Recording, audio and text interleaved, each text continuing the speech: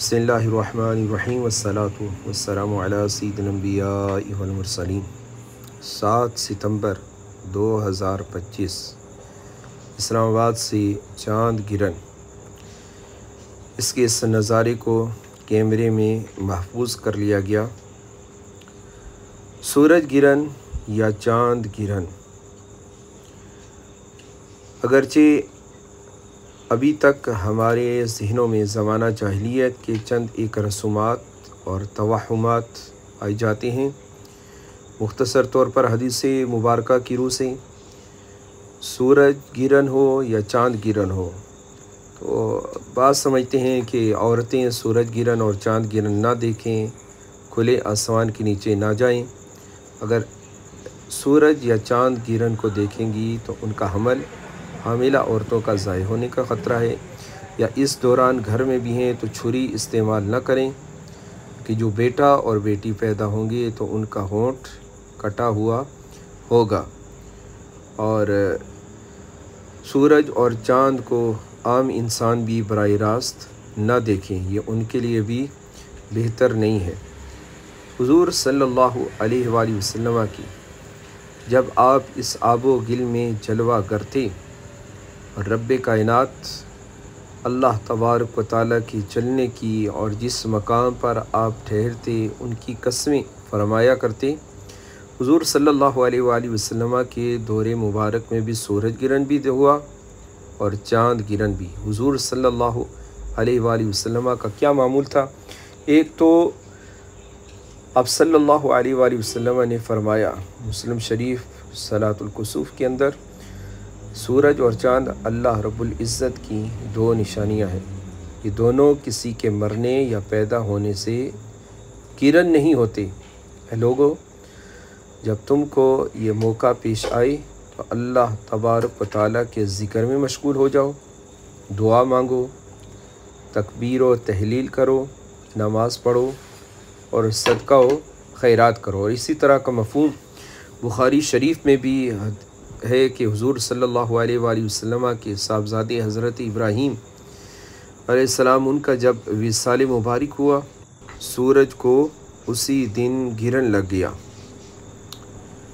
زمانہ جاہلیت میں یہ تھا اور لوگوں نے کہا کہ جب بھی سورج یا چاند گرہن لگتا ہے تو کوئی عظیم شخص یا پیدا ہوتا ہے یا دنیا سے جاتا ہے، یا ان کے ذہنوں کے اندر تھا کہ کوئی مصیبت، تکلیف یا تنگی آنے والی ہے، یا کسی بہت بڑے انسان کے آنے یا جانے پر یہ گرہن لگتا ہے۔ تو حضور صلی اللہ علیہ وآلہ وسلم مسجد میں تشریف لے گئے، اپنی نماز ادا کی۔ سورج گرہن کے وقت جو نماز پڑھی جاتی ہے وہ صلاۃ کسوف ہے، اور چاند گرہن کے وقت جو نماز پڑھی جاتی ہے وہ صلاۃ خسوف ہے۔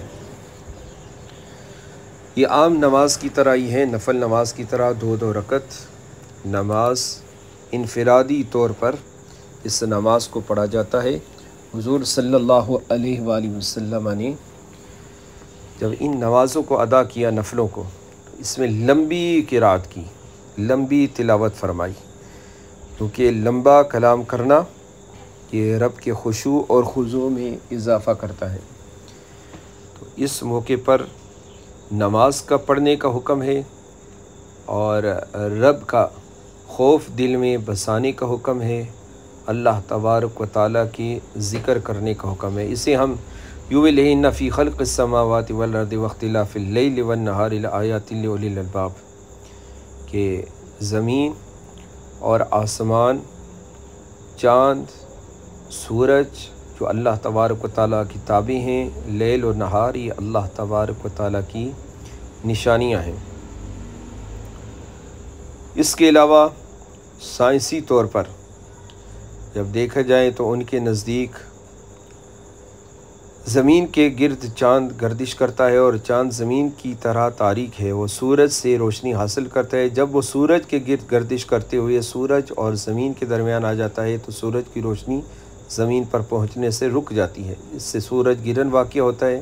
اور جب زمین درمیان میں آ جاتی ہے اور وہ چاند پر روشنی نہیں پڑنے دیتی تو چاند گرہن واقع ہوتا ہے۔ یہ ایک سائنسی اعتبار سے ہے جو ان کا زمین اور آسمان پر خلا میں جا کر ایک مشاہدہ ہے۔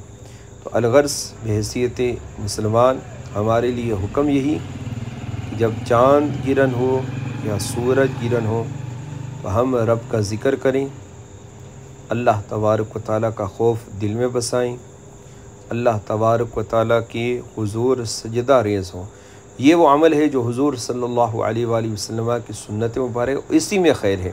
اگر جیسے ہم کہتے ہیں کہ مرد بھی اس کو نہ دیکھیں، سورج گرہن کو یا چاند گرہن کو، یا کھلے آسمان کے نیچے نہ ہوں، یا بالکل نظروں کو جمائے ہوئے سورج یا چاند گرہن کو نہ دیکھا جائے، تو سب سے بہتر تو ہمارے لیے حضور صلی اللہ علیہ وآلہ وسلم کی سنت ہے۔ ہاں احتیاطی تدابیر جتنی اختیار کی جائیں وہ سب سے زیادہ بہتر سے بہتر ہے۔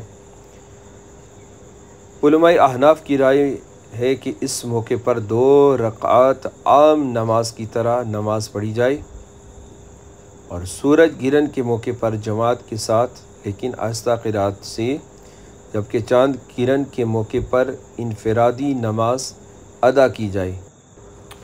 رب کائنات ہمیں اپنے ہر حکم، حضور صلی اللہ علیہ وآلہ وسلم کی ہر سنت پر عمل کی توفیق نصیب فرمائے۔